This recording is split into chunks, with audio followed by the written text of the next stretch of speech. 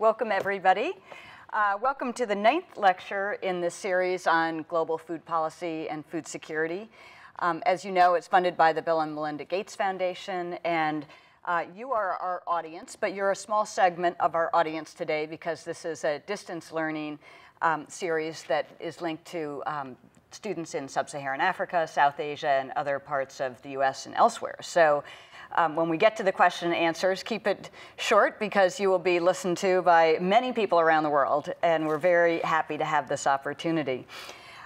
In the past, we have focused this lecture series on sub-Saharan Africa primarily, which is a big focus area for the Bill and Melinda Gates Foundation. But today, we're going to focus on South Asia, and namely India. And we have two excellent speakers today to do this. So we're going to focus on structural change, the rural non-farm sector, and prospects for Indian agriculture. And we're very much looking forward to a debate in this topic. I have to say a couple of things about our speakers today. First of all, somewhat ironically, they're both born in Switzerland. I mean, what are the chances of that? Not very high, but they are both born in Switzerland. And more important, they have last names that sound very, very similar. So we have Hans Binswanger and Marianne Banzinger. And just so I don't get totally confused today, I'm going to call them Hans and Marianne for the rest of the day today. So let me start with the introduction of Hans Binswanger-Mkhize. Hans is an economist by training, but he has also done a master's degree in agricultural sciences in Zurich in the late 1960s, and then went on to do his PhD in agricultural economics at North Carolina University. He has had a prolific and very extensive career in agricultural economics, mainly in South Asia and in sub-Saharan Africa. He was actually, after finishing his PhD, was a fellow at the Agricultural Development Council from 74 to 80, which was, for those of you who knew the ADC, was a very prestigious position, and worked at ICRISAT, which is an international center in Hyderabad, India, from 1975 to 1980. So had early experience and then continued experience in India. He went on to work at the World Bank from 1980 to 2004, and has, for those of us in the field, have read many, many of his papers during this time. He was a senior economist from 1980 to 1996, and then the director of the rural and social development sector in Africa within the World Bank from 1996 to 2003. Since that time, he has been a research fellow at the Tashwani University of Technology in South Africa, and he's also an adjunct professor at the Chinese Agricultural University in Beijing. And so he's covering a couple of different areas, really key areas for us today. When we look at Hans's record, you know, he's well known for many, many things going back to his time in Hyderabad in the 1970s. He developed this very large agricultural data set that has been used over and over again as a reference period since that time. And he's written many seminal books. I'm looking at a number of my students in the audience here, and you'll recognize his book with Vern Rattan on induced innovation earlier, his book on rural labor markets in Asia with Mark Rosenzweig, and his book on agricultural mechanization in sub-Saharan Africa with Prabhu Pingali, who was a speaker here earlier. So he's worked on really the key issues in this field. In addition to his work in agricultural development, he's also a very strong and powerful advocate for solutions to HIV/AIDS in Africa and around the world, and has many, many accolades. I'll just name a few. He's a fellow at the Agricultural Economics Association, a fellow at the AAAS, and has won 2 very prestigious awards at the American Agricultural Economic Association. So we're very pleased to have Hans here today. For those Indian nationals in the audience, I should warn you, he speaks Hindi as well as many other languages, so don't think you're going to fool him with some terminology here. He's going to beat you, I think, to that game. Let me just introduce Marianne Banzinger quickly, so I don't have to do any more introductions before the talks. Marianne is currently the Deputy Director of Research at CIMMYT, which is the International Center for the Improvement of Maize and Wheat Research. It's down in Mexico, but it has many research arms and stations. She's been in Africa for many, many years and has also worked extensively in India. Marianne, as I mentioned, also born in Switzerland and did her PhD at the Federal Institute of Technology in Zurich in crop physiology in the early 1990s. She actually went to CIMMYT as a postdoc, and her career just took off at CIMMYT, and she's been there ever since. She's really the top researcher in the whole institution now, so we're really honored to have Marianne with us today. I would say that Marianne's internationally known for her work on maize, especially in Africa, and developing cultivars that are tolerant to drought and other abiotic conditions. She's worked a lot with David Labelle, who was an earlier speaker here on climate change, and so they've done some very interesting work. She has also, as I mentioned, work in India, and is really, when we talked earlier about the problems in sub-Saharan Africa and the difficulties of just elevating agricultural development in that region, she said, I know it's so challenging, but I'm actually more concerned about India and South Asia, and so it's going to be a fun comparison between those two regions today. When she actually headed the Global Maize Program at CIMMYT, her group won the King Bowden Award, which is really the most prestigious prize in international agricultural research. And so we're, again, very fortunate to have Marianne here and Hans here, and I'll just turn it over to Hans now. Thank you very much.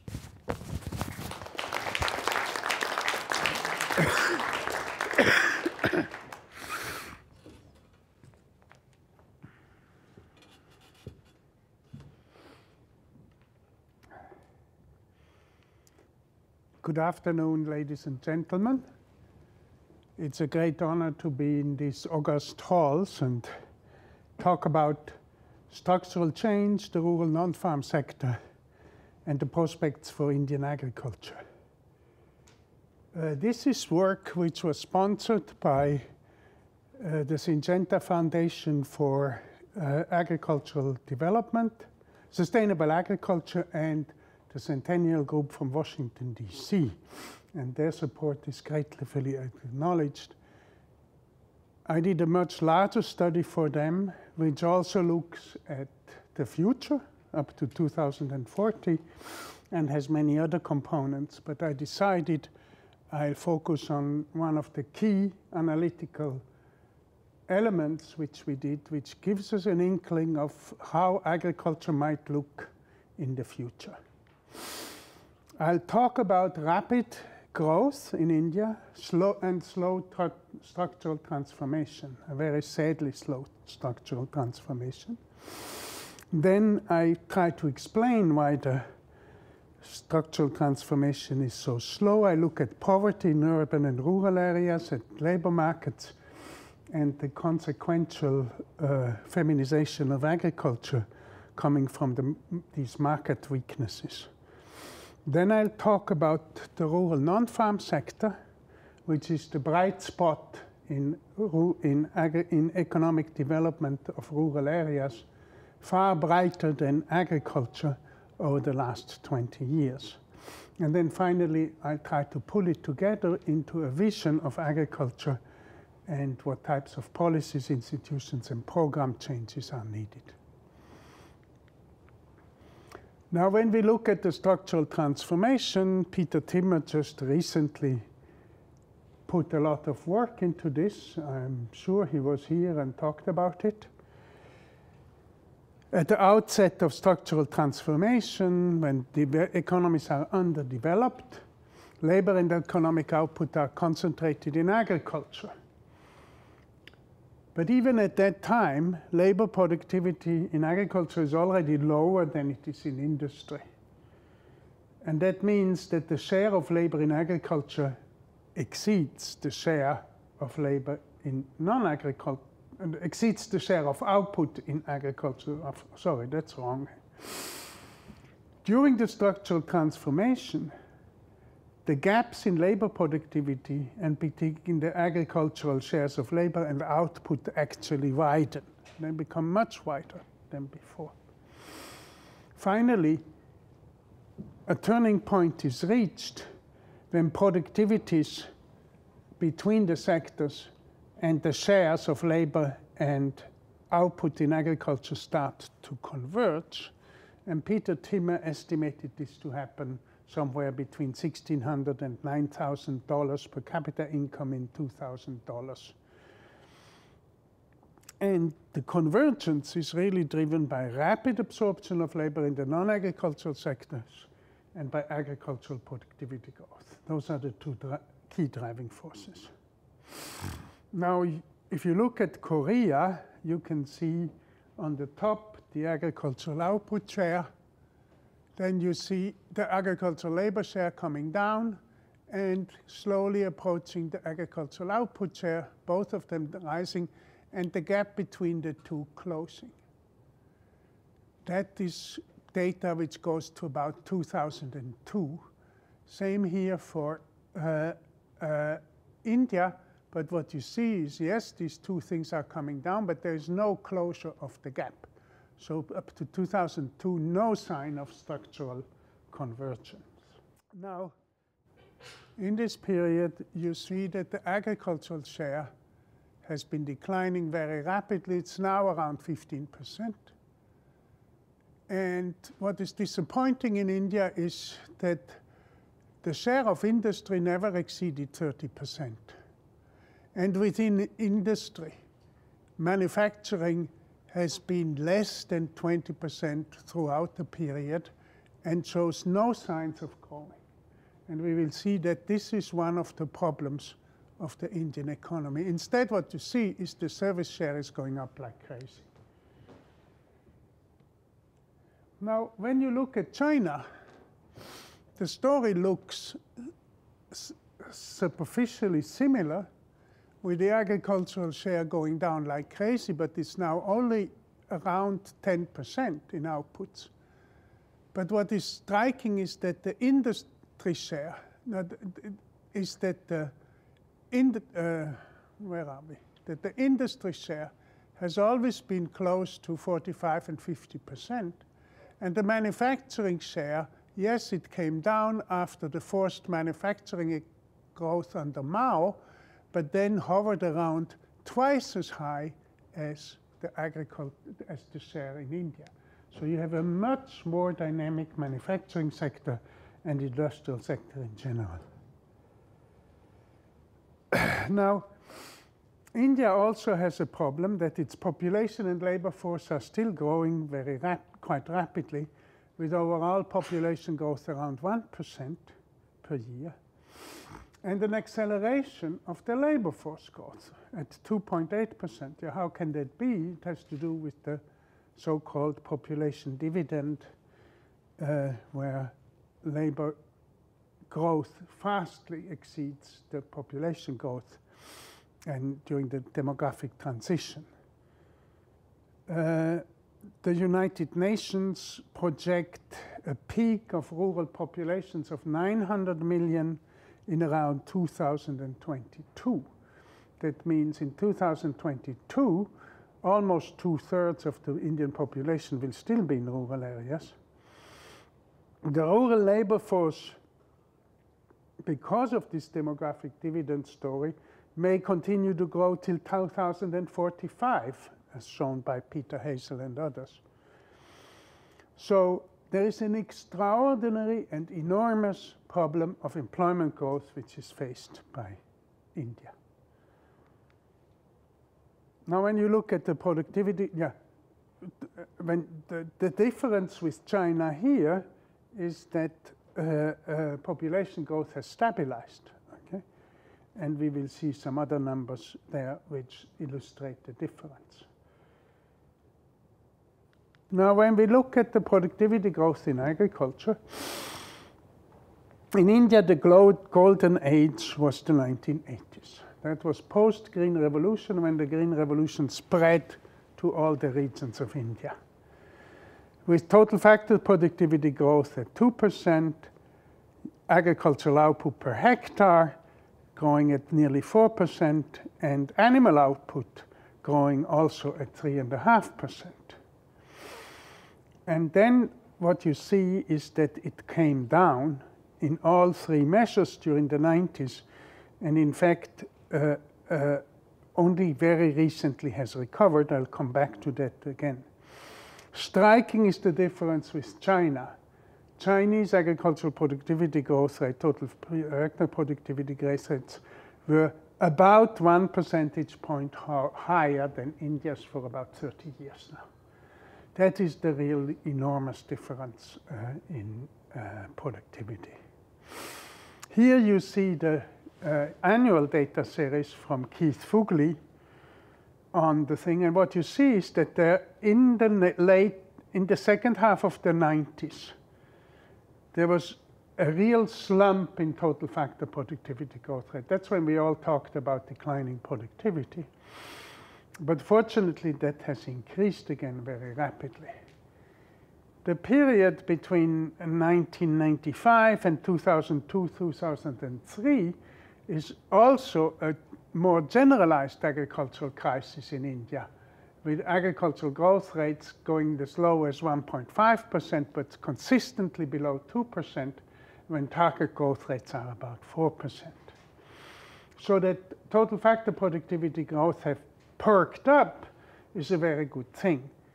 But let's be cautious. 2006, 2007 were very good agricultural years. This can be blips, and we don't know whether this is stable acceleration of total factor productivity growth. Despite the accelerating total factor productivity growth in the last few years, what we see is that agricultural output per worker has, in the non-agricultural sector, has now reached almost 6 times as high as it is in agriculture, with a very slow growth of labor productivity in agriculture. Again, people are bottling up in the rural areas. And we see that, again, here is the precise difference. This is the graph which I showed you in comparison to Korea. Here we see again that the share of labor force and the share of the GDP are still widening the difference. Now, China is a little different. On the productivity side, it looks exactly the same. No, not exactly. It looks similar. Also, we have higher productivities in both sectors, and we have a productivity gap of 6 to 1. But we also see that after about 1990, there is an acceleration of labor productivity in agriculture. That is associated with a lot of people leaving agriculture and starting to work in the cities, and you can see it in this stepwise downwards trend in the labor share in agriculture. And you have some inkling that maybe structural transformation has started in China, because there is a somewhat narrowing of the gap between the share of output and the share of labor in the sectors.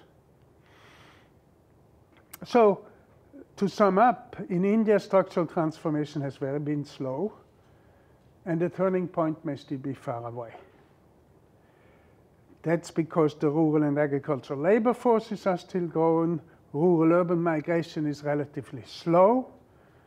The urban population growth is primarily from natural population growth and from incorporation of rural areas into cities, but not really rural-urban migration is a small part of urban population growth.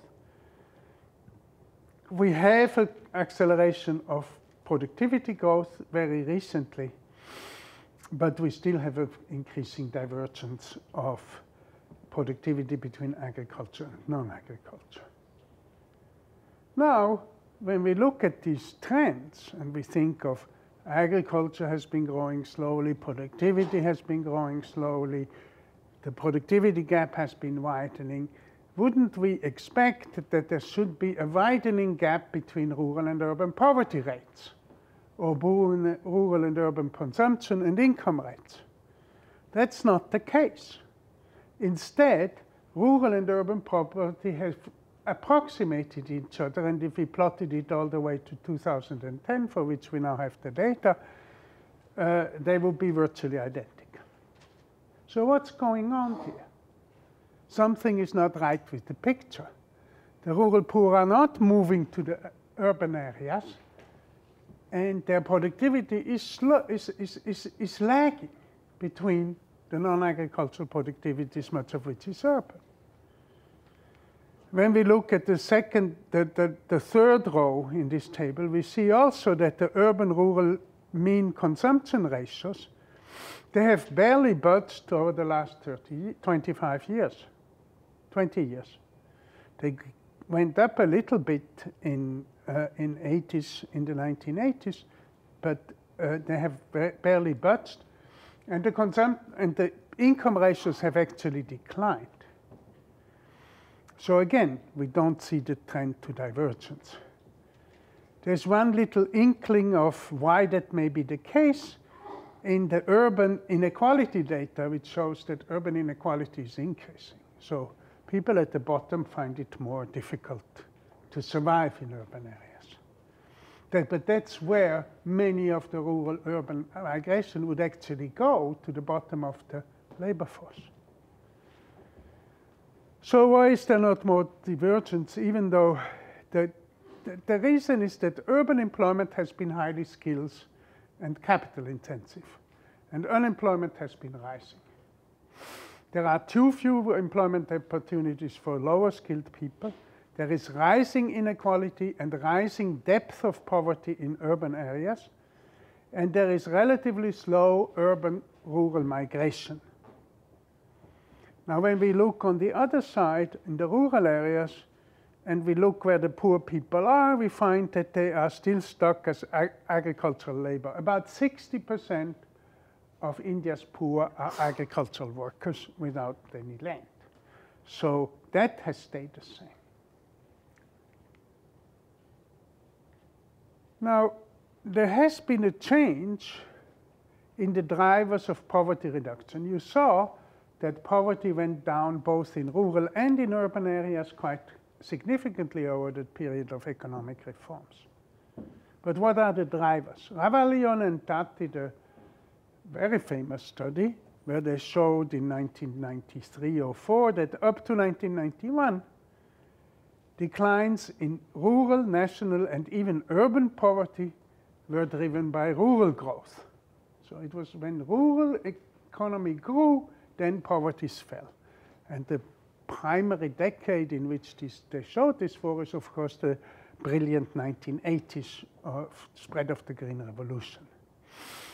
Urban growth did reduce urban poverty, but it had no impact on rural or national poverty. So there was no urban-rural spillover, but there were rural-urban spillovers, perhaps via food prices, perhaps via the wages. Since then, they did the study again, starting in 1991, and what they're finding is that rural growth continues to reduce rural poverty and national poverty. So rural growth is still very important for poverty reduction. But urban growth has now become the most important driver of urban, national, and even rural poverty. So it's more powerful impact on poverty reduction than rural growth. Now, what does this suggest is that we now suddenly have not only urban-rural spillovers, but we have urban-rural spillovers, which have started to influence rural poverty. We'll see more about those spillovers in a little while. Now let's look at the employment trends. Urban and rural males have high and similar labor participation rates for a very long time, around 65%. They fluctuate a bit, but they stay pretty much the same. Then the same thing is true for their unemployment rates. Rural female labor participation is around 30%, but only about 15% for urban females. So we see that in rural areas, the women are able to participate in agriculture and therefore have higher labor participation rates, but where they cannot do that in the urban areas, they're basically not either voluntarily or involuntarily idle. Only 15% of urban female labor participation, imagine what the story is in the United States, where urban female and male labor participation are certainly about equal. Now, another adverse trend is that employment growth in Indian agriculture slowed down between the mid-1990s and 2009. Remember that slump in agriculture. Both urban and rural manufacturing employment shares actually declined. So far from catching up with the manufacturing sector, manufacturing employment actually went down, as a share, not as in absolute numbers. The only sector which has boomed in terms of employment is construction, and it has done so both rural and urban areas.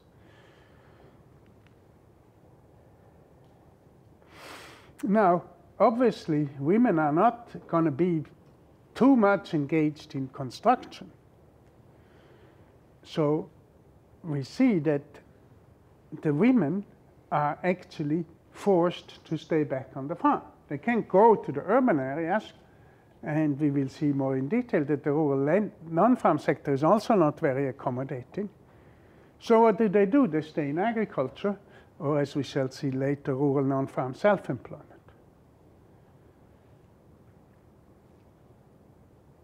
And we see the numbers in 77, 88, almost 90% of the women were engaged in primary sectors, which is mostly agriculture, versus 80% for the men.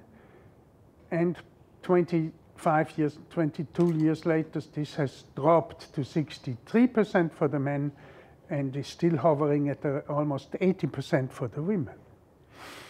So clearly, women are becoming more important in agriculture. Now, this is both paid employment and self-employment in agriculture. Now, most paid employment is informal in the Indian economy. Imagine by 2005 or 6, only 7.5% of Indian workers had any formal sector employment. All the rest were in the informal sector. And within the formal sector, the proportion of employees, even within that 75%, the proportion of employees with informal contracts, no benefits, no social security, no nothing, no health care, rose to almost 50%, 46.7%. So we have a dramatic informalization of the labor market in India, both urban and rural, with rural areas having followed the urban trends. So what does this say? For most rural urban migrants, except those with skill which can be absorbed in the IT sectors and in other high technology sectors, the prospects for finding good jobs in urban areas is dismal. And it's especially poor for the women. So what do all, but we know that the labor forces are growing, so what do they all do? Okay, they must be doing something. Now, the bright spot in rural areas is the non-farm sector. First, look at the third column, non-farm GDP. And you see that its growth has consistently exceeded economy-wide GDP growth by 1 to 2%, and vastly exceeded agricultural growth. So it's the non-agricultural sector which is growing. And as a consequence, you have a very rapid and accelerating employment growth in this particular sector, employment and self-employment. Now, 6 out of 10 new jobs in rural areas in the early 2000s have been in the non-farm sector. Now, if you realize that the rural areas are much larger than the urban areas, you realize that the rural non-farm sector is the largest engine of employment growth in the Indian economy. Okay? Completely unappreciated. These jobs offer about 30% to 40% higher wages than farm labor. They're all mostly casual, as we saw. But the jobs are highly selective. They go mostly to young men with some education. They don't have to have a PhD degree or a college education or even completed second. They have to have basic literacy and they can get the jobs. The main sectors are trade, transport, constructions, and services. Manufacturing is declining a little bit, but it's still 20% of the non-farm jobs. Again, the last 2 points point to some elements of urban-rural spillovers.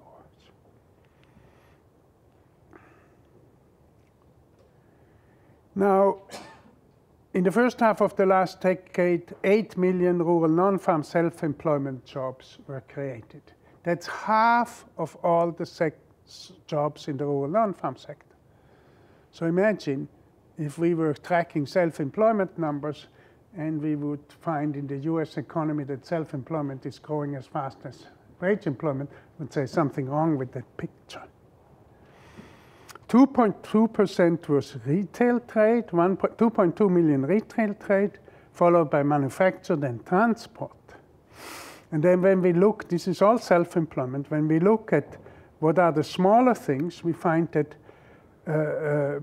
phone booths and post office, parcel posts and all these kinds of technical changes which come through the internet and phone revolutions have been growing very fast, as have been maintenance and repairs of water vehicles and hotels and restaurants. Now, the first two of the last three are technology spillovers. Okay, technology is seeping into the rural areas, and it's transforming what people can do. Now, a lot of people, when they look at this data, they say, yeah, but what these people are doing is distress employment. They can't find a job in the non-farm sector, they can't migrate to urban areas, so they're just going to do any odd things which they can find and lay their hands on, and they do it from their homes. Okay? And that, I was fortunate to find income data on non-farm, because these were not available when I started. And here, we were able to contradict this. We used the NCAR RED survey. That's about 5,000 households which have been followed for about 40 years. I'm looking at 1999 to 2000. And what we see, just for future reference, and we'll use these numbers later, average farm sizes in 7 years declined by about half an acre. And average household sizes declined by about a member. So it's not, while farm sizes are going down, it's not that average land area per household member is going down. But the farm sizes are declining. Nevertheless, per capita income grew at 5.6%, and we've already seen that this cannot be because of agriculture. In these data sets, we see that the production value of agriculture per hectare only grew by 3.3%, so that it's, again, corroboration that the non-farm sector must have been the one creating the income growth. Now, out of these nearly 6,000 households, nearly 20% have non-farm self-employment, and that's more than double in 7 years. That's an extraordinary change. The share of households with non-farm self-employment who also have farm income has gone from 58% to 73%. So the non-farm households, enterprise households, are not landless labor households and the poor. In fact, they are skewed against the better off farmers, okay, who have some capital to invest. Their non-farm profits on per household members in 7 years have gone up 70%. That's 10% or more than 10% per year. And for the households which have both farm and non-farm incomes, their non-farm profits exceed the farm profits. So clearly, we're not talking here about distress employment. We're talking here about a highly profitable diversification strategies for farmers. Of course, some non-farmers too, but Farmers are the ones who are diversifying into the non-farm sector. Now, with all these changes, and despite of the low agricultural growth and productivity growth, rural wages have accelerated, and female casual workers gained about 6.2% in the last 5-6 years, and for the males it's about 4.5%. That's much faster than ever before. Now you can ask your question, it's not agriculture, but a bit of growth in agricultural growth has taken place between 2004 and 2010-11. There is also increases in agricultural terms of trade. There is greater public investment and subsidies. Agricultural subsidies in India now account for about 20% of the value of gross agricultural output. So there's a huge transfer of purchasing power into rural areas. There is a very large expansion of rural welfare programs, and there is a universalization of the rural employment guarantee scheme. Most people think that the wage growth is caused by the rural employment guarantee scheme, but the numbers don't add up because the scheme only adds about 1.5 or 2% of labor days in rural areas per year. So now you see as the composition of income in this NCAER sample, and the highlight here is the growing non-farm self-employment income. Agricultural wages have actually gone down. Salaries and renting out stays about the same, also gone down a bit. But what has really gone down is agricultural profits, and at the expense of rural non-farm self-employment. So we have structural change in India. People are moving out of agriculture, but they're not moving where they're supposed to move under structural change, to the urban areas. Instead, they're stuck in the rural non-farm sector, and they do much of it on a part-time basis. They're not getting high-quality jobs in urban areas with security employment benefits. But nevertheless, it is this stunted structural transformation which has prevented an enormous gap of opening up between rural and urban incomes. That's the story on structural change. Now, when you compare to China, over the past 2 decades, about 220 million workers have moved out of agriculture. There are hardly any young people left in agriculture. 20% from almost nothing. Land rentals have gone to about 20% of the individual land rights, temporary land rights which they have. So we have a growth in farm size, average farm size. But there are 2 things which are common between China and India. Rural non-farm sector is also growing very fast. Again, presumably from the urban spillovers. And wages have only started to rise recently. Okay, so that's the story. Now let's then look at what does this mean for the future. Yeah, this slide is the bad news. I'm going to try to give you some good news later on, but this is the bad news. I believe that the Indian structural transformation will continue to be stunted. There is no discussion or willingness of doing even the slightest thing which is necessary to get labor-intensive manufacturing going on a big scale. And the notion that the Chinese, because of more rapidly rising wages, are going to run to India, I don't think they will do that. Remember, too, that India is desperate in terms of its poor infrastructure, electricity supply, and it has this excessive labor legislation. When you hire somebody, you can never get rid of them. So I don't see a change in that. Now, the Planning Commission puts out a new plan and says they're going to create 50 million urban jobs. I don't buy it 1 minute, okay? So there are few prospects for rapid growth of labor-intensive manufacturing.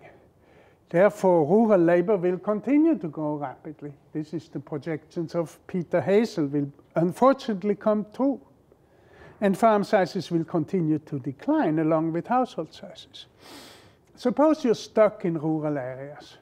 Why would you rent out your land or sell it if your wife, one of the few things which she can do productively is farm? Okay? Even if you run around and drive a truck or go to the construction industry, you will keep your wife going and you help her from time to time. Maybe you control her excessively while she's doing it, but that's a different story. So, but on top of it, land values have increased by 160% in this NCAR sample in 7 years. Okay, that's a bubble like you had. But the bubble isn't going to end because there are real economic forces behind it. So why would you sell? So you're not going to rent out and you're not going to sell, and even if the farm size is, if you divide your family into two because the old man dies, you still will hang on to the farms. There's also nothing like a lower farm size limit beyond which it doesn't make sense. Remember, China average farm sizes are less than half the size of average farm sizes in India. So you can go to smaller and smaller plots and you can still make a little bit of money with it. Not a lot, but a bit. And you can employ your females. So that's the bad part, okay? No end in sight. The stunting of the structural transformation will continue. Now, you can nevertheless imagine an optimistic scenario for rural incomes. What would it look like? You would further accelerate agricultural growth back to maybe 3% or 4%, which is the target which they've had for a while. It's gone from 2 to 3. Can they do it to 4?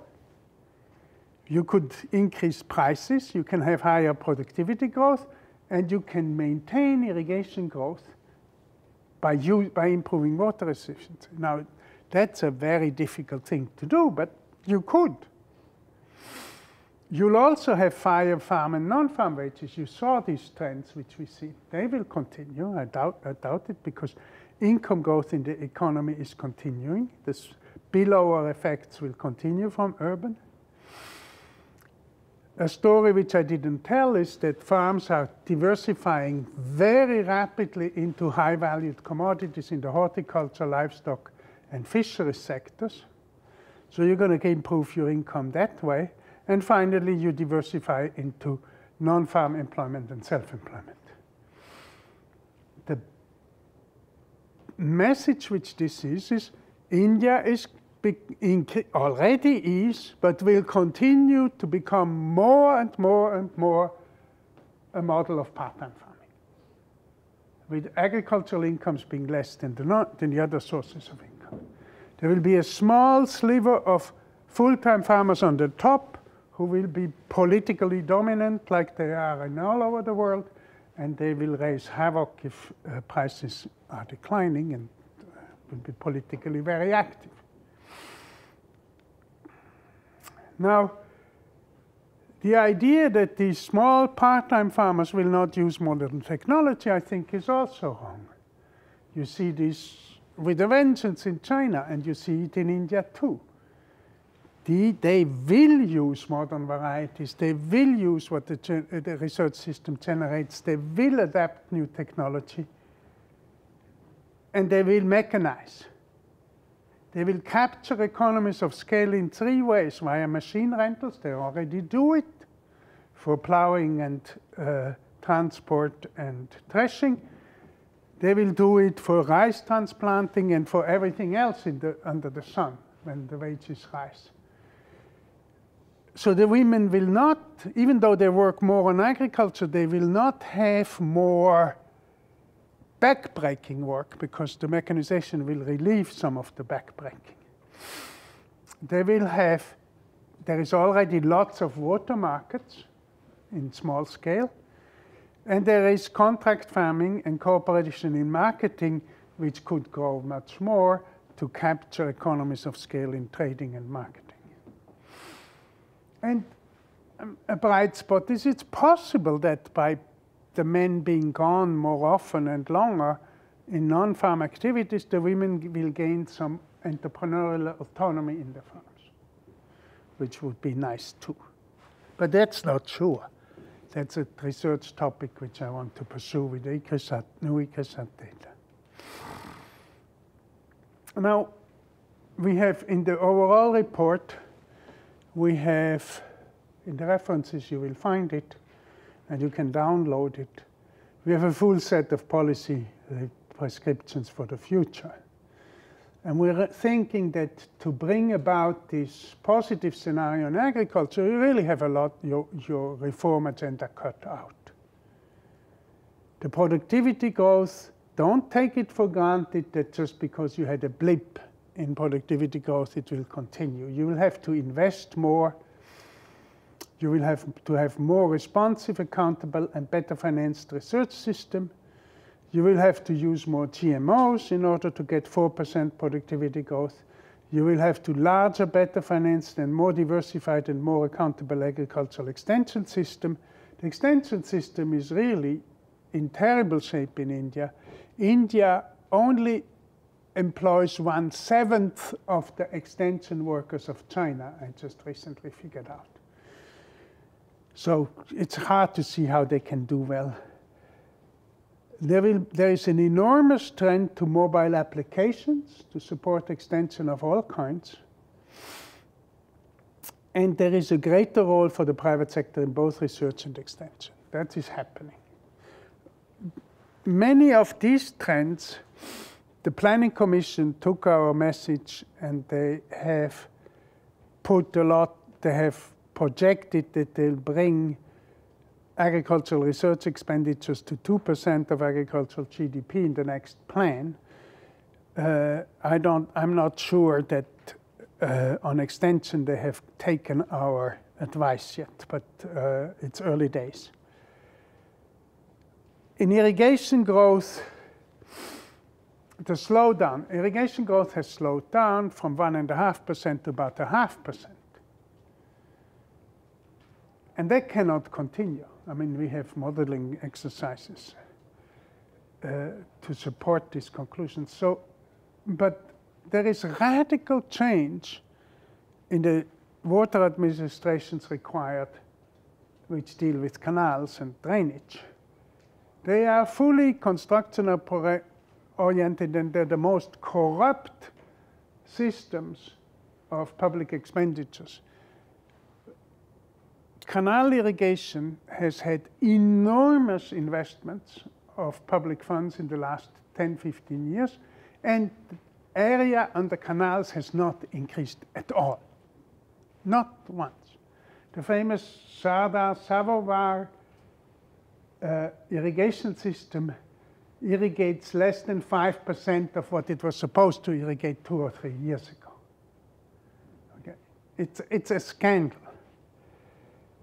You'll have to move the waters into pipes to get greater efficiency and give the farmers what they want, water which they can control. There are plenty of experiences in India where private operators take the water from the public sector and distribute it. You could generalize that. And then you could combine it with sprinkler and drip irrigation and increase water use efficiency. So technically, this is not rocket science. It's an institutional and political problem. You need to reform and expand electricity supply for irrigation. It's also terrible. But Gujarat has shown the way by splitting the supply of electricity for irrigation from the supply of households and rationing the irrigation supply. But giving it very regularly 8 hours a day. That works. Okay? The question is, are the other states willing to do the same? And then in eastern India, most of irrigation is still by diesel, and that is highly inefficient. There you really have to expand the electricity grid. You'll have to have water harvesting and groundwater recharge. There's a lot of activity going on in there, technically also known how to do it. Gujarat has done a terrific job, but other states not. And improvements in groundwater management. That's politically thing. We have a background paper on the irrigation sector. Agricultural subsidies, we already talked about the enormous size of these subsidies. But they are inefficient in terms of transferring of income. They're linked to inputs and outputs. They're poorly targeted to the poor, and the electricity subsidy in particular are environmentally harmful. So the general tendency has to break the link between inputs and outputs and subsidies towards direct payments. And that way, by spending about a fourth or a third of what you're spending today, you can transfer the same amount of income to farmers. This is especially important if urban-rural income parity deteriorates, which could well happen with rising wages. Now, this trend towards delinking is happening in fertilizers with pilot programs and maybe moving all along, but it should be extended to electricity and food subsidies. In the marketing and value chain, Tom Reardon has a fabulous paper on the silent resolution. Things are really moving, changing, despite remaining constraints in policy. Of course, it will be better if you remove the remaining constraints in marketing systems. But more important is that you ensure that there is real competition in all these sectors so that the margins between the consumers and the producers get squeezed. Efficient farmer organizations will play a role in that, and contract farming needs to develop much faster. Now, the worst aspect of agriculture and rural development is the centralization of rural development administration. India has been wanting to decentralize rural development administration for 50 years. It never gets it right. It passed a constitutional amendment 20 years ago. Only 2 states have really followed suit. Agricultural and rural development is a state subject, but almost all the states don't want to spend any money on it, and they rely on the central government for transfers.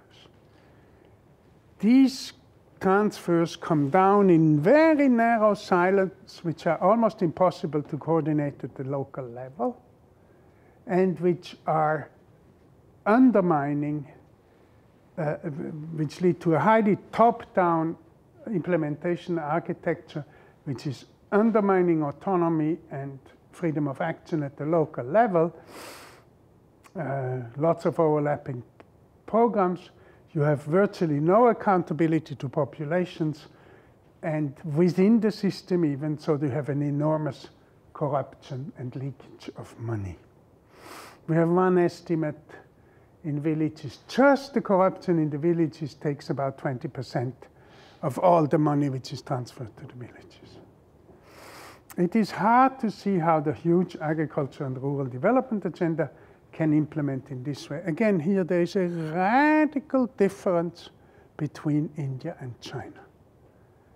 In China, China has the most decentralized development administration of any developing country which I know. And the local autonomy allows them to do things which Indians can just dream of. And Indians have known this for 30 years, and seemingly they seem to be stuck in the rut and not able to do something. Okay, what is the summary of the story? The structural transformation is slow and stunted. The reason for that is mainly the constraints in the sectoral composition and the weakness of urban growth and employment. Okay? The sectoral composition of growth and the resulting poor labor absorption in urban area is the main reason for that. we can also say that we have seen a positive outcome from rural areas from fast growth in spite of structural transformation being stunted. That's probably primarily because of rising urban spillovers and technology spillovers. However, when you think about what is required to maintain income growth on par with urban income growth in rural areas, you come to the conclusion that agriculture and rural development policies and institutions and programs are absolutely important in order to do that, achieve that. So despite the fact that you can push the blame on the urban areas, you have your work cut out in rural areas. Thank you, ladies and gentlemen.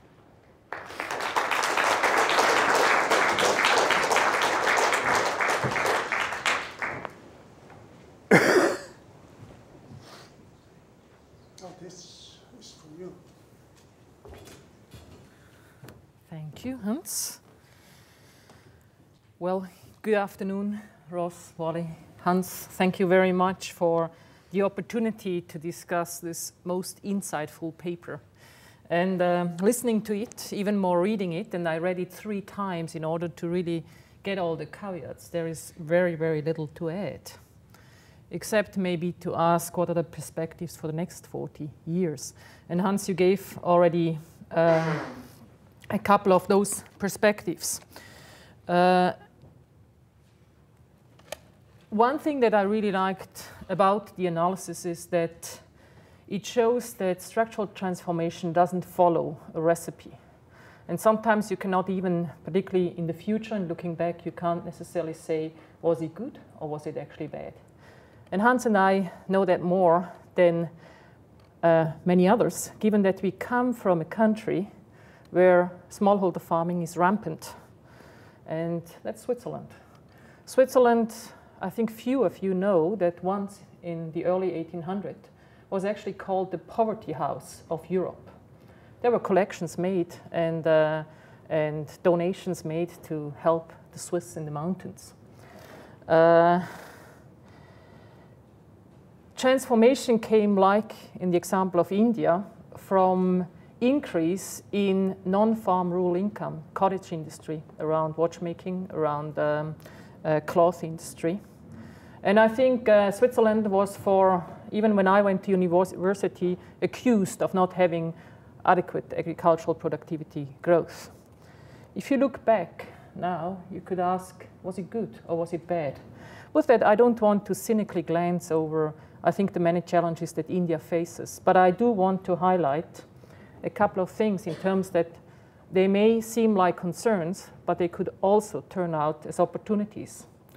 For example, the limited urban labor absorption that could as well seen as decentralized rural development that is quite different to many other countries where we have large concentration in urban areas and associated problems. Few formal sector jobs resulted in the case of India into increased self-employment and rural innovation, currently in the non-farm sector, but you would hope that it goes back into the farm sector. The feminization of agriculture, or, as I will outline a little bit later, that the women that could become the basis of India's future food security. Is part-time farming a challenge, or is it actually appropriate risk management? And can we say that today's agricultural sector in India is ill-prepared to address future food security challenges? Or is it simply a sector that I would call still holds its breath? The key question that I want to pursue in the next minutes is, if you're looking into the future, could it come that the urban and the landless poor could be held hostage by this part-time farming? I want to look in particular at wheat production in India. Wheat is one of, next to rice, one of the staple foods. Wheat is as well a crop that is most drastically next to potatoes, and potatoes is not as important as wheat for global nutrition in developing world. Wheat is very much affected by climate change. And climate change will have a drastic impact on wheat production in India, as can be seen. This is the current wheat environment. Blue is the high productive environment in the Indo-Gangetic plain. Red is the heat-affected environment where still wheat is grown. Currently, India in 2012 is wheat self-sufficient. If you go, the map is actually only changing by 10 years. The yellow area is the heat-affected area where production will go down due to the impact of climate change. And if you look forward in 2050, you can look at various climate models. You can consult with David Lobel here and others. These models agree that at current technologies, there will be about a 20 to 30% reduction in wheat production due to climate change if we continue with current technologies. At the same time, the demand will increase for wheat, and this is demand by 700 million obligate wheat consumers. That demand will increase by 40%. Also to remember that by 2050, 1/4 of the world population will live in South Asia, and these are the ones that are confronting this challenge. This challenge is coming on the backdrop of rising global food prices. These food prices are rising. You see the graph of price evolution in the last couple of years associated with social unrest. The basic increase of prices is happening because demand in the world for food, as in the form of food, feed, biofuel, is outstripping the supply. We have more demand than there is supply. But also that financial and market realities in the first world no longer tally with actually what the poor in the developing world can pay for food. First world farmers do not orient themselves of what the poor can pay for food. Who is driving this demand? It's wealth.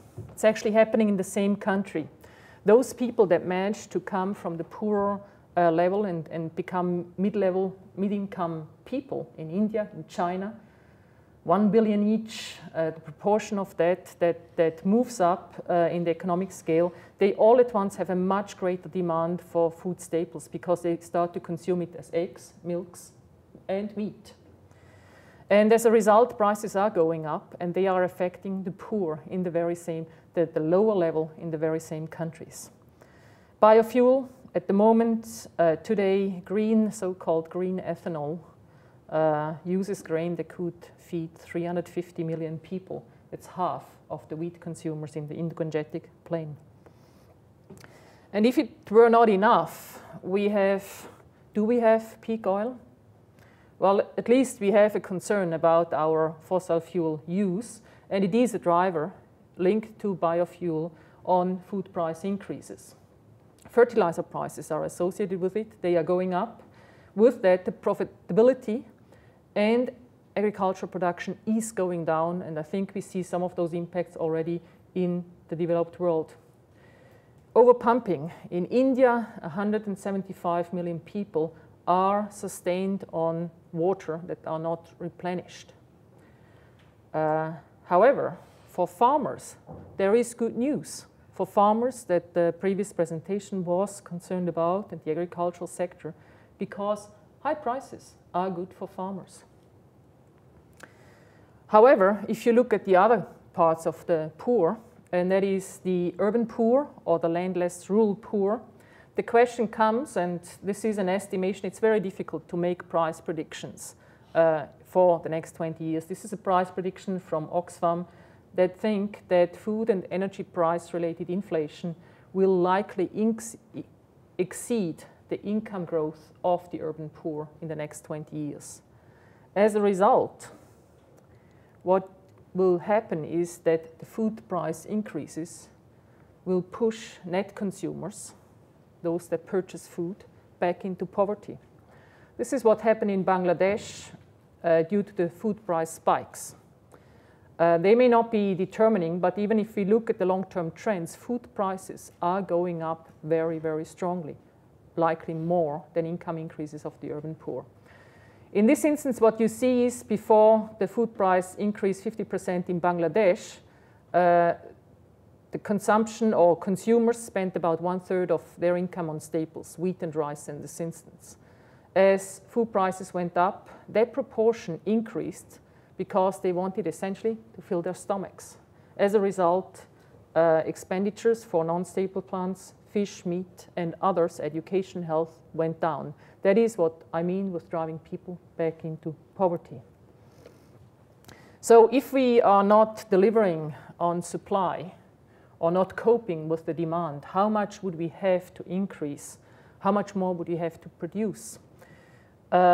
We did with IFPRI a calculation in terms of saying for food prices to remain constant, farmers' yield gains in the developing world would have to increase, in the case of maize, from 1.2 to 1.7%, in the case of rice, 0.8 to 1.2%, wheat, 1.1 to 1.7%. It's essentially, the growth rate would have to increase by 50%. This is a tremendous challenge.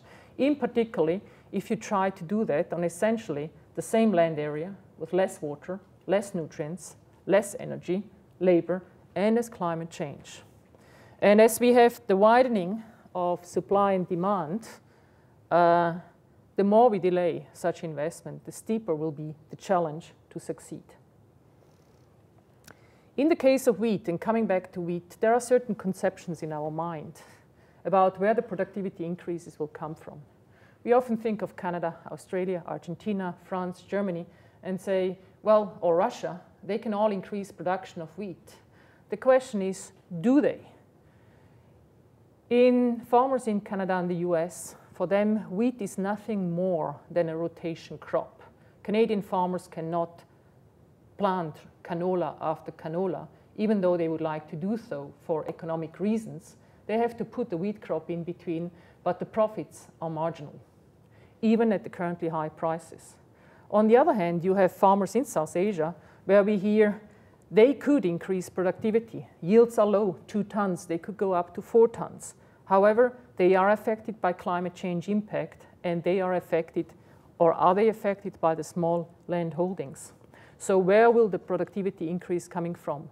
What we hear, it will not come from Canada or the United States because there is, at this price level, inadequate incentive to do so. And here are some numbers that show indeed that this is indeed the case. What you see here is a comparison of the yield increase experienced in the 1990s versus the last decade. And if you have low red bars, it means essentially your yield is plateauing. And if you have larger increases, your yield gains are increasing strongly. What you see is that the productivities in the so-called first world bread baskets have not been stimulated by price increases in recent years. On the other hand, we have much stronger productivity increases in emerging economies, including India. So maybe we should revise our mind and model in spite of climate change and see what are the opportunities for actually food production coming from local production, including India. Hans has outlined the challenges by smallholder farming. And the question is, can they respond to these challenges? Can they increase production, even though they may not be as easily to exploit synergy of change, synergies of scale or access credits due to lack of collaterals? Well, there are new technologies that are now really as well possible to implement with smallholders. Precision agriculture, you see this large tractor in the United States that's actually depositing different amounts of fertilizer in the field, driven by GPS that knows exactly where the tractor is, and driven by how to optimize crop production in each part of the field. This technology we can today translate to smallholder farming environments. You see smallholder farming, small field sizes. Remote sensing is good enough these days to make yield prediction, optimized nutrient application, and provide this information through cell phones, because the smart cell phones, they know where you are. They have a GPS locator. So it's actually not different from what that machine does, what we could do with, and as well overcome the extension gaps of the past with thousands and thousands of farmers, simply by closing the circle of remote sensing and cell phone technology. There are other size-neutral interventions. In the case of wheat, at CIMMYT, we are doing at this stage the largest ever screening of a crop for a particular trait. That is, we are examining annually 40,000 different varieties of wheat for heat tolerance. And if we don't find it in the native genetic variation, we may go transgenic. The ones who need it may not be the people living in Canada, US, or Europe, but it is the people living in South Asia. Water has been mentioned as a concern for India in particular, depletion of groundwater. What we need to know is that is happening in the northwestern part of the Indo-Gangetic Plain, which is acknowledgedly one of the most productive areas in India. However, water is plentiful in other parts of India, and we can explore with new agricultural technologies. For example, simply varieties that have higher disease resistance, we can increase productivity in those areas probably up to 2 times and even more. So using water differently with different crops and at different location does provide opportunities to India to increase agricultural productivity gains. I think the challenge has been set by the Indian Prime Minister himself, who 2 years ago very clearly stated they do not want to have citizens of theirs going hungry. They need to increase agricultural productivity. They need technical breakthroughs and, quite apparently as well, policy and institutional support. They are focused on the needs of rain-fed agriculture and they want to deal with the challenges posed by climate change, falling levels of groundwater and the deteriorating quality of soil. So if I summarize my perspectives for India in 2011 to 2050, I think even if Hans was saying that maybe income increases are not as high as expected, which actually will reduce the demand. The food demand, the demand for food or staple crops will not decrease as strongly. But still, the demand increases for basic food staples will likely exceed supply, mostly due to the underlying metrics. The number of people that raise out of poverty and the large number of people that still are in poverty, the land area that cannot be expanded in India. If we think about imports, they may not forestall major food price increases, both due to logistical constraints. If you think about the volumes that need to be moved around and the time period, I showed you the change in wheat production just within 10 years, the impact on between 17 to 35% of the current wheat growing area that will become heat affected. And as well, why imports may not forestall major food price increases is because the farm income realities in high income countries, the farmers that we think that they will produce, well, for them the prices that the poor can afford are not attractive prices. I think the good news is there are many new technologies available to support productivity increases even in a smallholder farmer or part-time farmer environment. And I think that the highlighting of the female farmers that have so far not have had much opportunities to move away from the homestead to find alternative income opportunities, actually these smallholder women farmers could be right at the core and could become the engines for agricultural productivity growth and contributing to avoiding a possible food crisis if they are provided with appropriate support. So the people that have been disadvantaged so far, maybe they are right at the core of future change. And I'm not just standing here and saying this. From CIMMYT's side, we as well made a commitment and we act. We have recently established what we call the Borlaug Institute for South Asia because we think that the new green revolution will be needed. This is a joint initiative between CIMMYT and the government of India. It was signed half a year ago. And essentially the point is to establish a common platform between international scientists, not only from CIMMYT, but also from universities like Stanford and South Asian scientists to jointly look at these challenges in agriculture and to jointly find solutions. And clearly, those solutions don't just need to come from technologies, but also from policies, institutional changes, and accountability.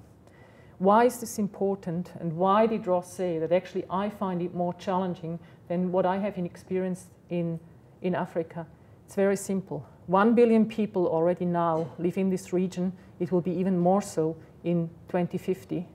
And we have already now a lot of social tension in this region, even more so if food prices are drastically changing. So those are my comments to Hans's paper. Looking in the future, I challenged him, it will only be the future who will say whether and how we will be right or assessing the situation right or wrongly. Thank you very much. Hans and Marianne, thank you very much for a really stimulating set of comments and raising, I think, some really interesting debate points. So I think we'll have plenty to talk about. And before I start, I wanted to see if there's any questions from the audience, and if you could introduce yourselves and your affiliation when you ask a question, that would be great. Let's start the discussion. David? I'm David Lobel from FSE.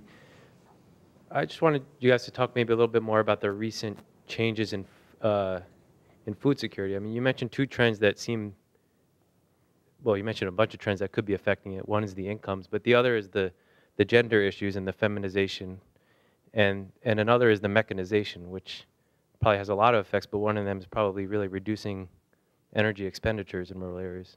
So I just wonder what the data look like in terms of trends in food security per se, and what the drivers have been. That's for Hans, I guess. Marianne may also have some comments. You take two or three, or? Yep. No, let's just do one by one. Okay. Yeah. We have a background paper done by IFPRI on food security and nutrition in India over the past 20, 30 years. And there are good news and bad news. Self-reported hunger is down to almost zero in India. But stunting and wasting have not gone down, which is a real puzzle because self-reported hunger used to be above 25%. Calorie consumption has gone down, and pulses consumption has gone down. All of these are quite puzzling trends at a time when incomes are going up. Now, on the calories consumption, Jean Drèze and Angus Deaton have produced an excellent review of what the trends are. And they come up with an explanation which says that because of mechanization, because of motorized transport, and because of other lifestyle changing, the demand for calories per day, or the requirements of calories per day actually have gone down. And most people actually buy that analysis. So it's not catastrophic what has happened, but it's still very concerning. And the deepest troubling part is that stunting and wasting have not gone down. Now, when you look at the determinants of nutrition status, you find that a very small proportion of the determinants have anything to do with agriculture. For India in particular, it's quite difficult to show a linkage between agricultural production and improvements in food security. It's difficult almost everywhere, but for India it's particularly difficult. A solution to India's, now what is going on in India is a very, very curious debate. Even though self-reported hunger has gone down, even though calorie demand has gone down, the recent food security bill, which was introduced, wants to guarantee a minimum of kilograms of cereal consumption, all focused on cereals. Now that doesn't seem, A, to make sense. Second, what is even worse, the people who have pushed this through are adamantly against providing food stamps or cash entitlements to buy these foods. Absolutely stubborn, adamant against all evidence that there are enormous leakages, wastages, and inefficiencies in the fair price shops and in the procurement system and storage of food. So what we are seeing is a move towards a massive expansion of administered food supplies. And I think they're going to break. They tried this once before. I think it will fail. And then hopefully it will fail sooner rather than later, so that some more. If you really wanted to do something for the poor in terms of food consumption, not nutrition, food consumption, the best thing which you could do is some form of cash or food stamps which can buy you a broad range of foods, and the main purpose of which will be an income transfer. Okay? And will be cashable for food. That's in our overall paper, we advocate actually a solution that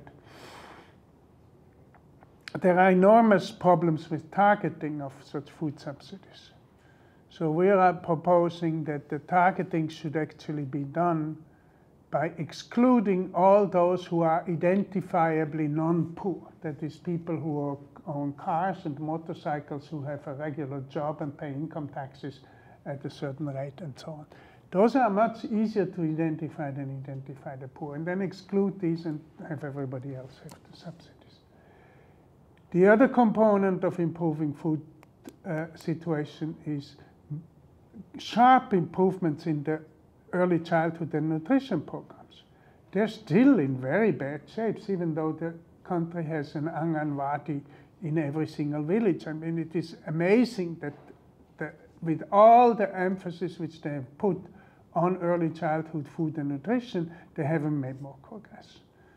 But I don't look for the solution of food insecurity and stunting and wasting to agriculture. That's just a waste of time.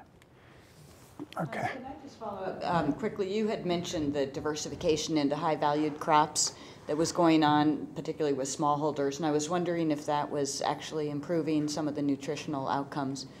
You mentioned livestock. I was wondering about vegetables and other higher valued. The paper is, our background paper is pretty silent on that. You would assume it would, and you would assume that it would happen so as incomes are rising and wages are going up and bit by bit. But remember, the wage increase is only about 5 years old. And so we're not really, you see, the people whose stunting and wasting is the most severe is the landless workers. But it's also, it actually reaches all the way into middle-class women. Okay? It's very weird in India, the data. And so I think we will have to wait a little more and more data to answer some of these questions. Tom?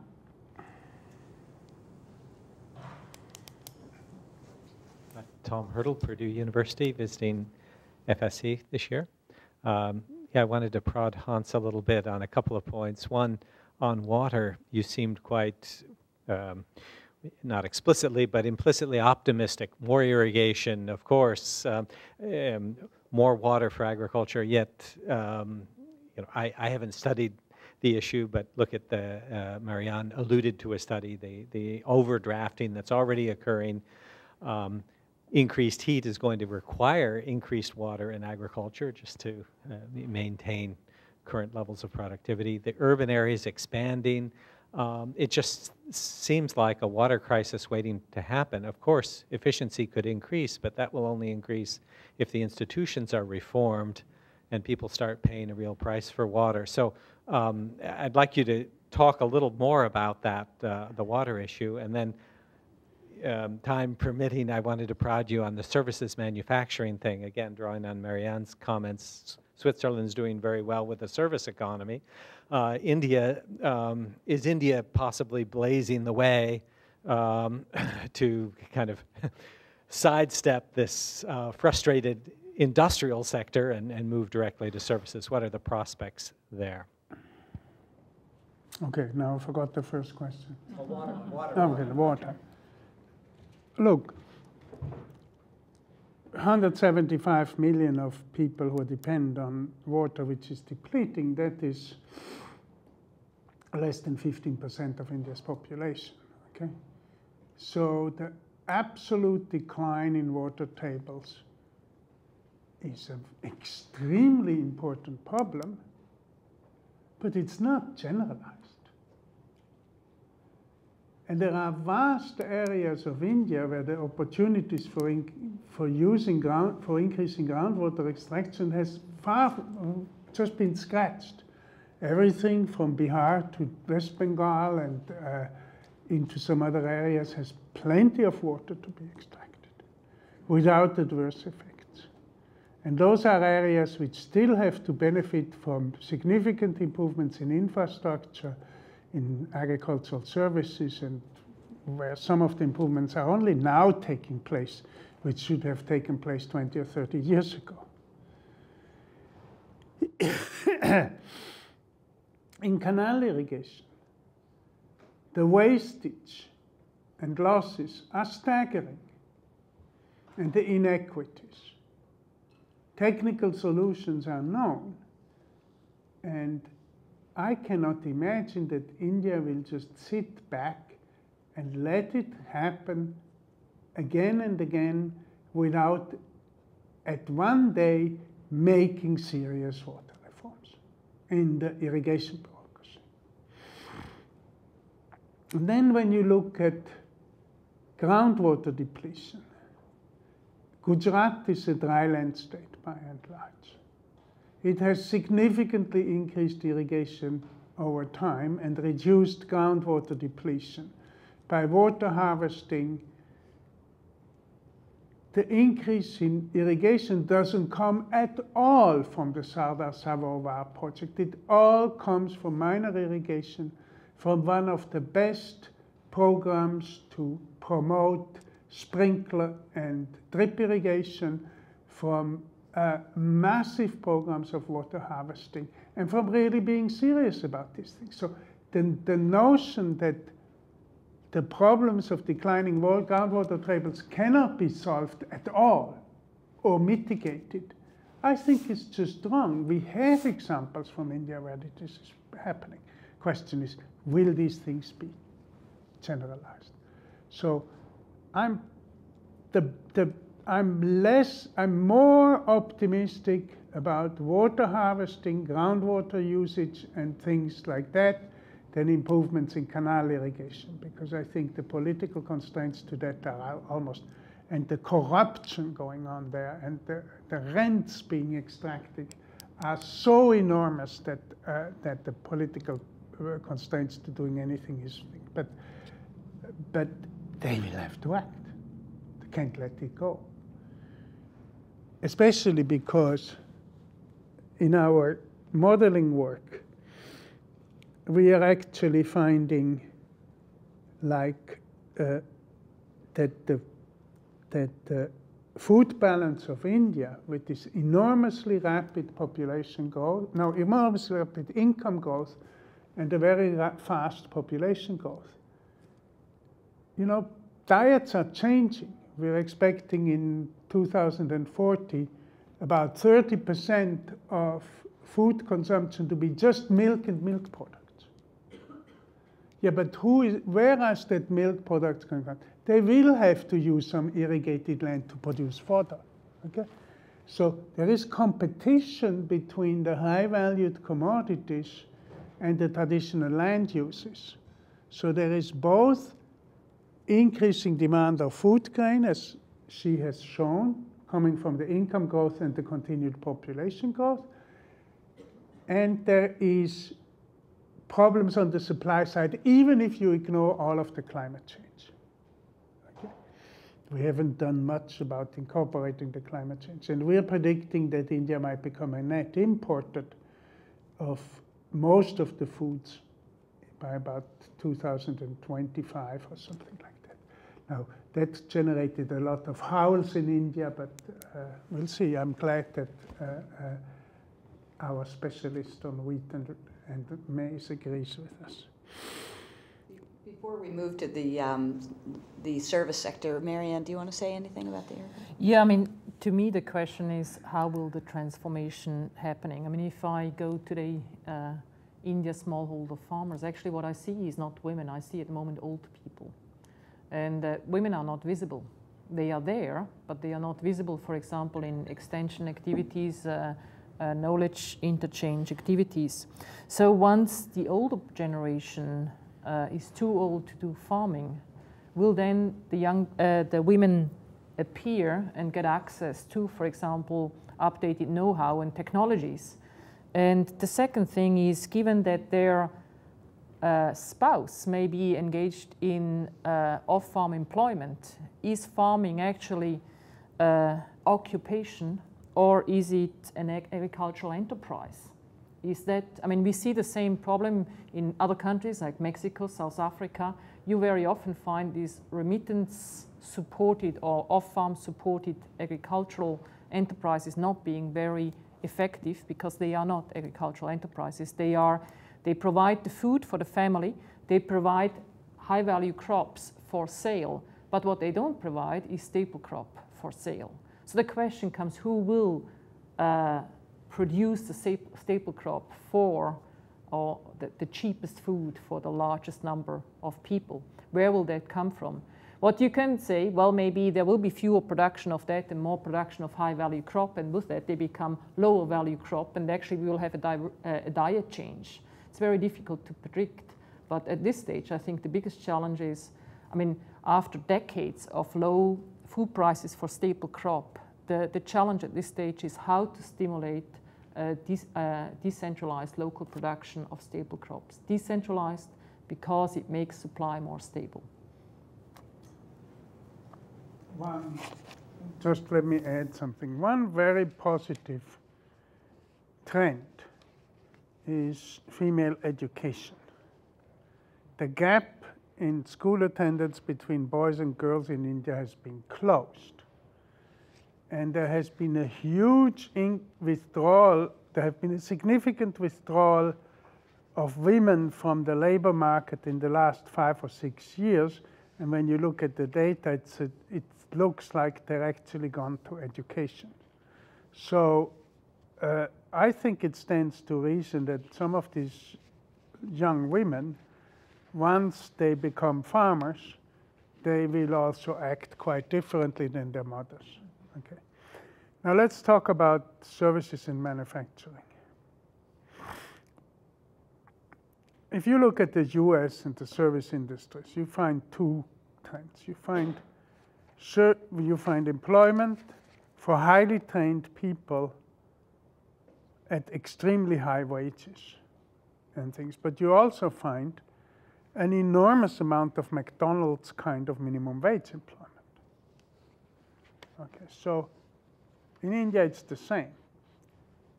And there is a lot of people who are saying India can just bypass the manufacturing stage and go directly to services. I just don't buy it. Yes, they can. And remember, they can by having a stunted structural transformation. But they're going to pay a huge price. Okay? They're going to pay a price of generations of people being stuck in rural areas at incomes and at jobs which provide very little security and very no benefits, etc., etc., etc. Yeah, they live in the countryside and it may be nice, and God knows. People who move to the city say, oh, they regret having moved to the city and all of these kinds of things. But it's not the kind of structural transformation which we really would like to see. And anybody who comes back to me, now that I've looked at this, 3 years ago, before I started the India study, I was quite intrigued by this direct transition to services, okay, theory.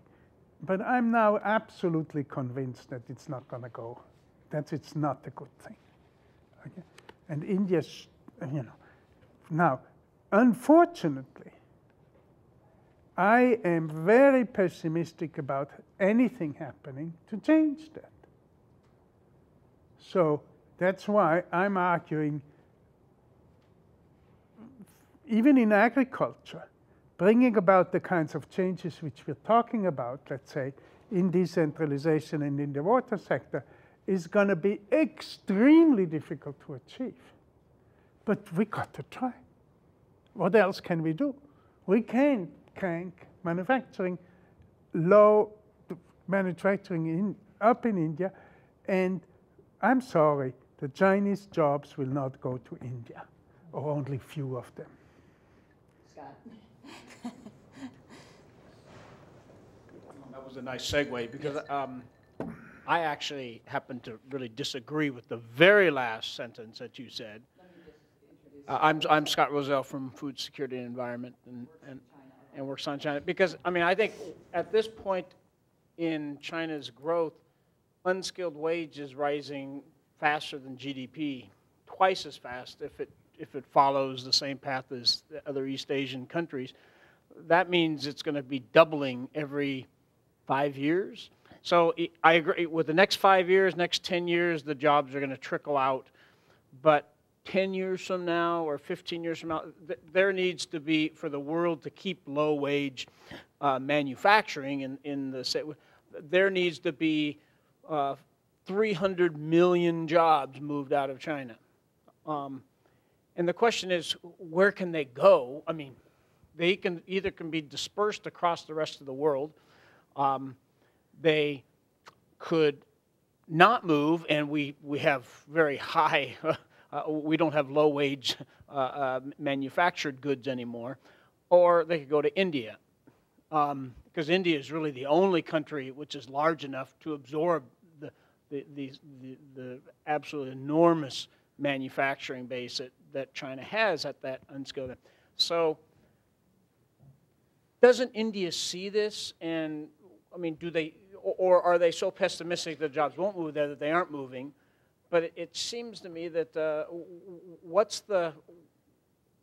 is the constraint there? That's what I really want to know. Thank you. They see it, and they would love to have those jobs.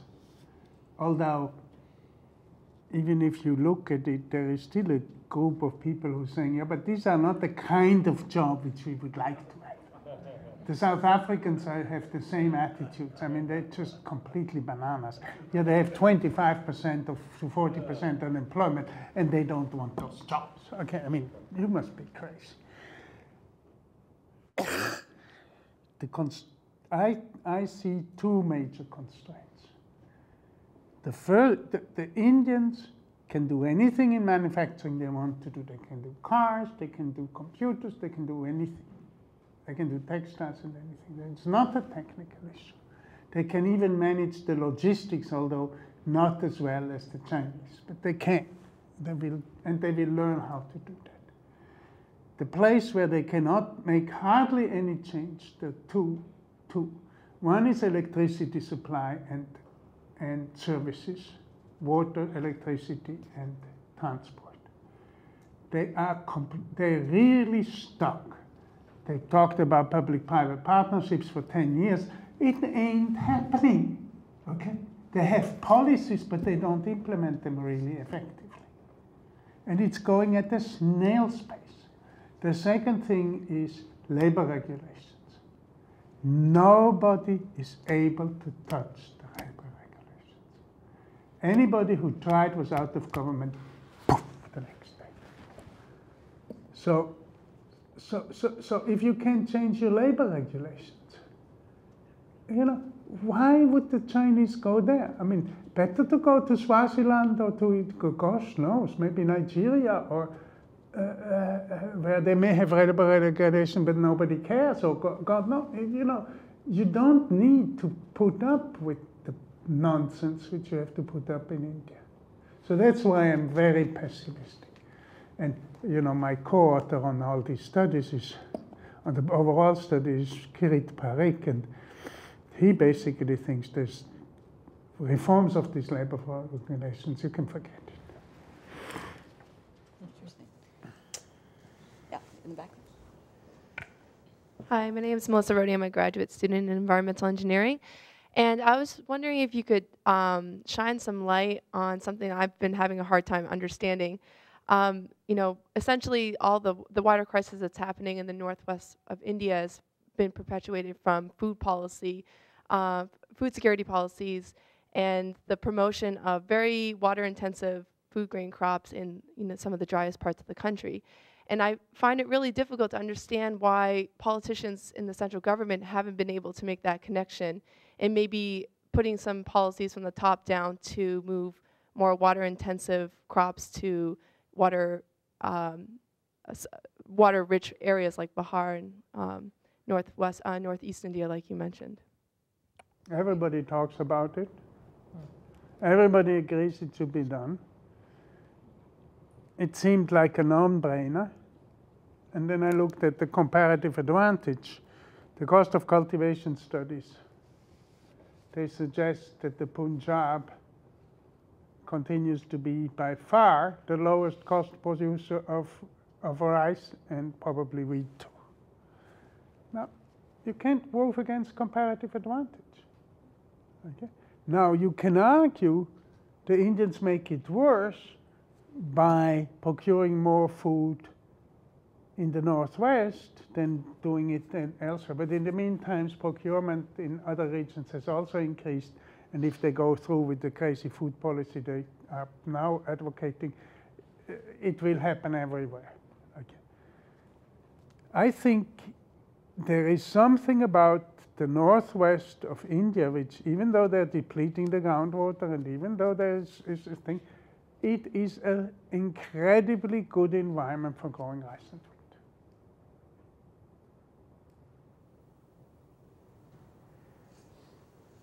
Marianne, do you want to add?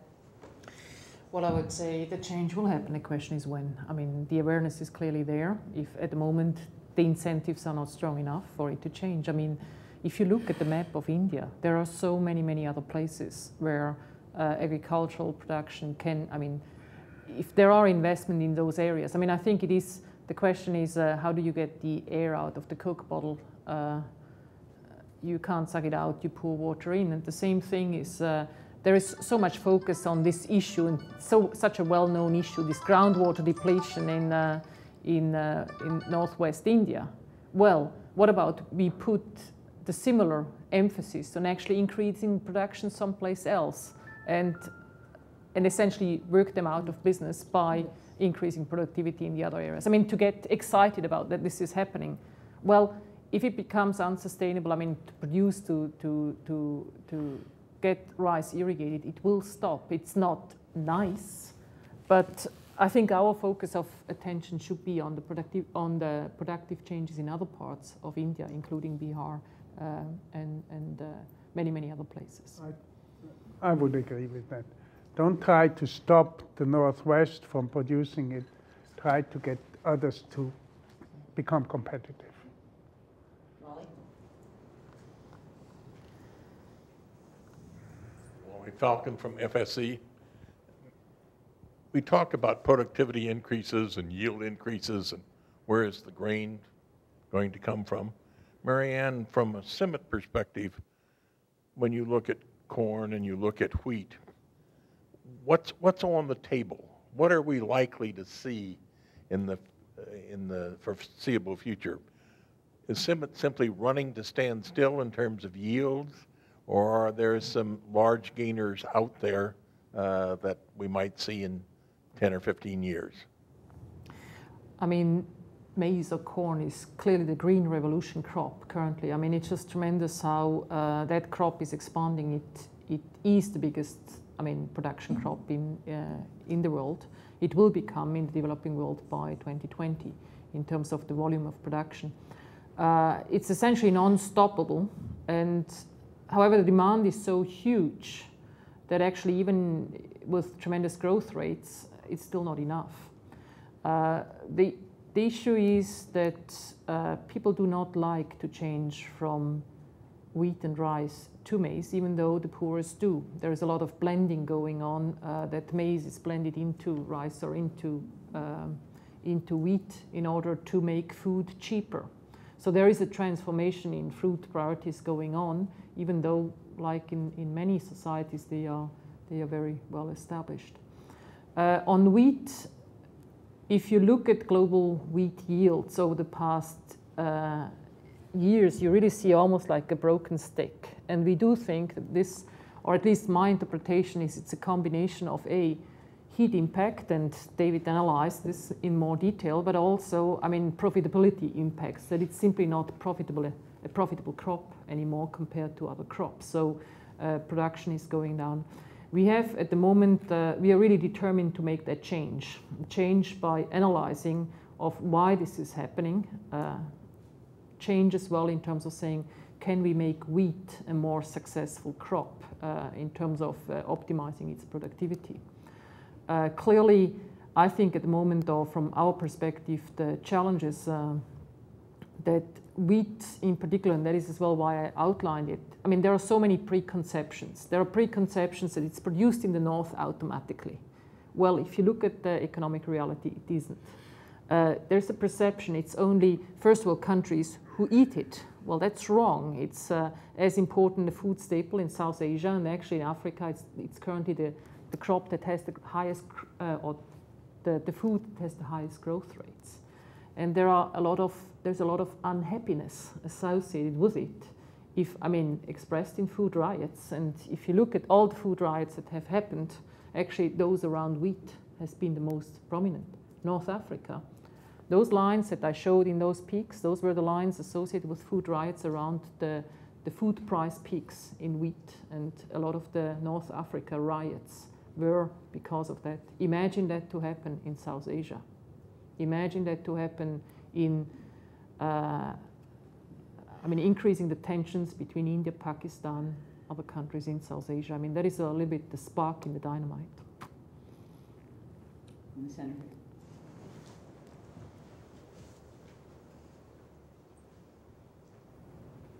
Thank you.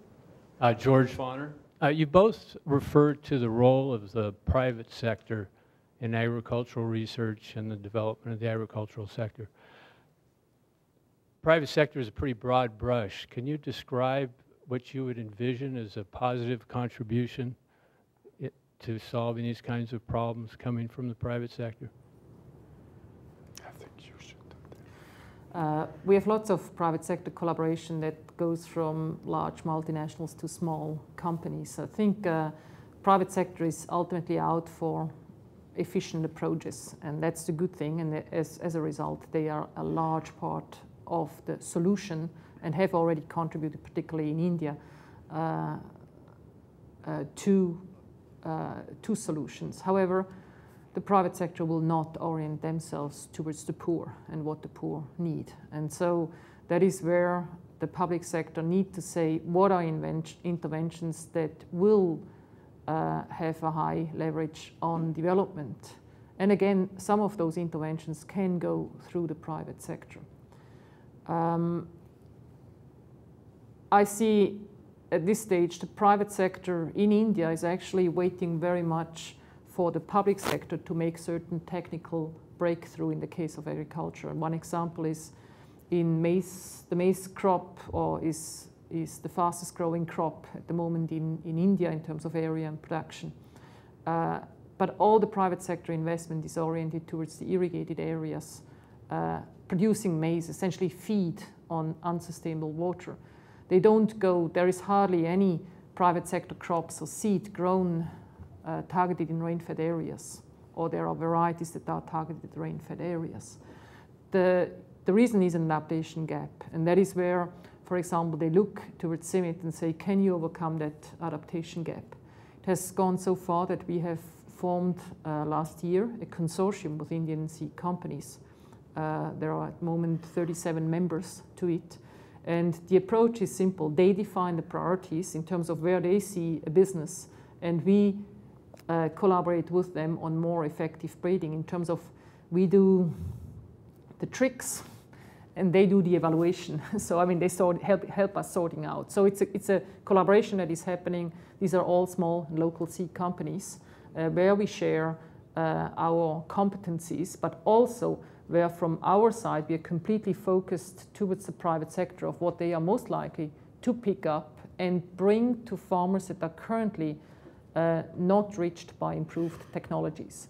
They may not be the poorest farmers, but they are most definitely a poor farmers and have currently no access to appropriate technologies. So if we take that step, maybe the next step will reach out to the next segment of poorer farmers. Let me add something. Private sector companies have become very active in various kinds of agricultural extension. It's mostly associated with an embedded product, either the purchaser or the sellers of products. And then to those farmers, they provide advice.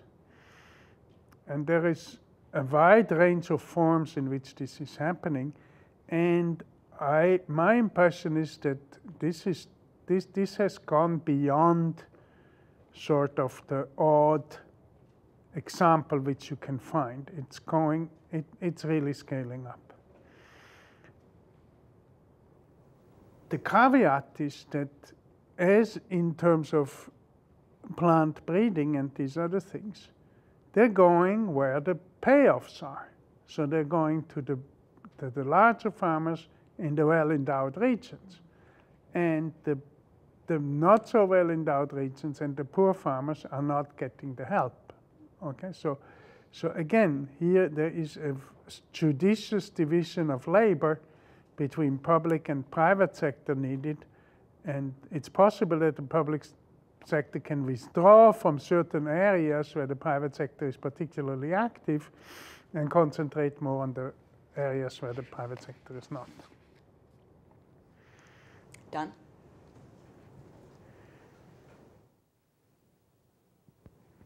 Thanks. I'm Don Kennedy from FSC. I just wanted to try to return to the question surrounding food security and particularly to the question of education of women. I seem to remember earlier data, it's a habit I have, tending to show that where women achieved higher levels of education, they were likelier to have off-farm income and significant reductions in total fertility, which might have added up to a kind of reassuring note with respect to the future of food security.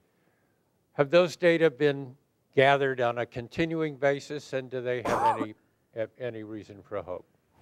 I seem to recall the older studies which were saying that too, but I haven't seen anything recent on this, okay? I'm not so sure that what I have seen in terms of non-farm wage employment is the women, there are some women who are getting it in the non-farm sector, but they're far, far fewer than the men.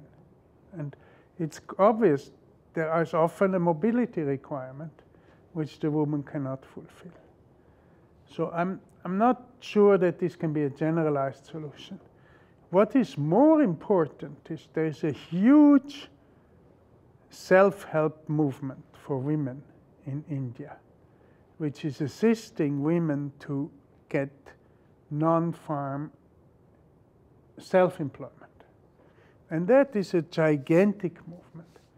I have not yet analyzed the NCAR data on who are the owners of the individual enterprises which are in there. But this is something which we urgently need to do to see how many of those rural non-farm self-employment enterprises are actually owned or operated by the women. I think we have the data, but I haven't analyzed it yet. Thank you. Let me just wrap up by asking each of you one question. You've covered so many topics today, and it's been really interesting. If in the course of this whole symposium, we've been focused on food security and food policy, and Wally and I in our class often teach about the sequencing of policy. So if you were to have, your one meeting with the premier or the president and to give policy advice either on how to avoid the stunting of the structural transformation, or how to ensure that the next 40 years is going to have improved food security, what would be the first piece of advice? Where would you start? Either within ag and food or outside? What's the biggest roadblock here? I don't think I would even try to get at the stunting question, because the Prime Minister already knows that. Okay. If you want to bring some advice to some, what happened in the course of this study was that the topic which elicited enormous interest from the point of view of the Planning Commission, and Montec wanted a policy note from me for the Prime Minister, where he said, why don't you tell us what the international experience is in decentralized agricultural and rural development administration? So I focused on that. And I would, if I got the chance to talk to the Prime Minister again, I would focus on that issue. You see, I'm a bit more cynical about food security than Marianne is. I think, Marianne is, let's say, I'm much less worried about food security of India than Marianne is. First of all, incomes are growing. Even incomes of the poor are growing. If the wage is going at these rates, people will be able to afford the current quantities of food which they're consuming even in later times. I think food security in terms of simple access to basic cereals is not the most important issue in India. Okay? It is what everybody is obsessed about. What is a really important issue in India is the nutrition situation.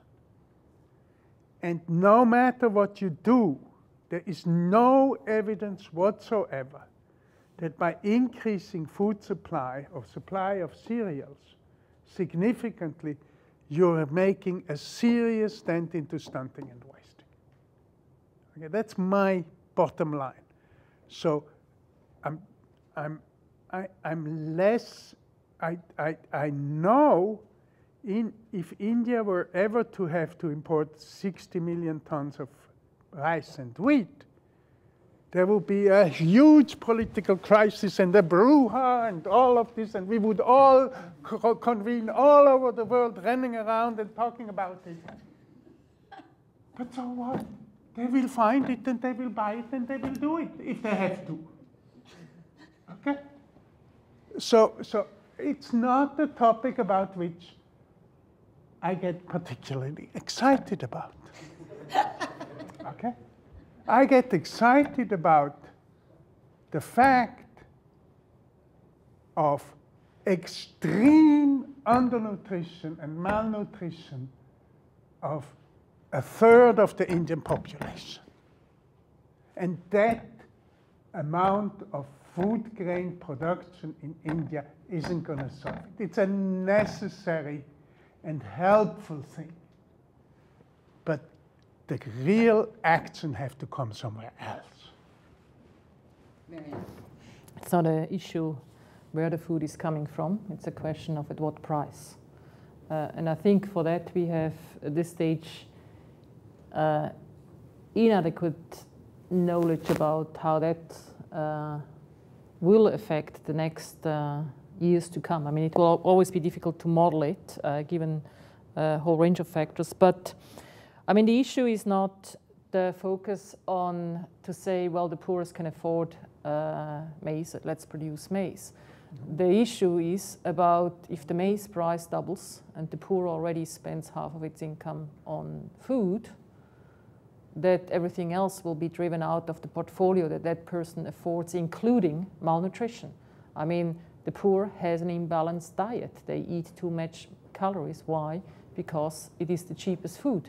Now, that is where I see as well an opportunity, and I find it relatively difficult to predict in terms of how this will pan out, because actually staple crop production is not very attractive in terms of farm income.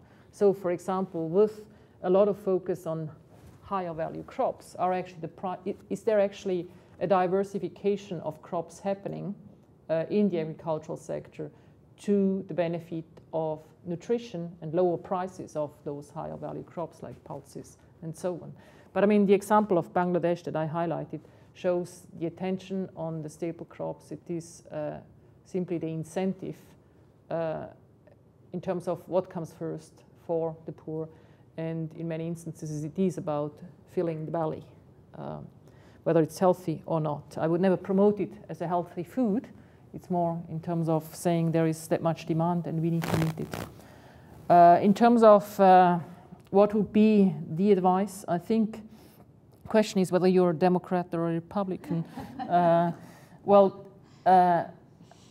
Looking at Hans's paper, I mean, what I recognize, and we have been asking very much the question about the empowerment of women in South Asia, which is to a large extent, I mean, there is a lot of male domination in agriculture, particularly, for example, in wheat production.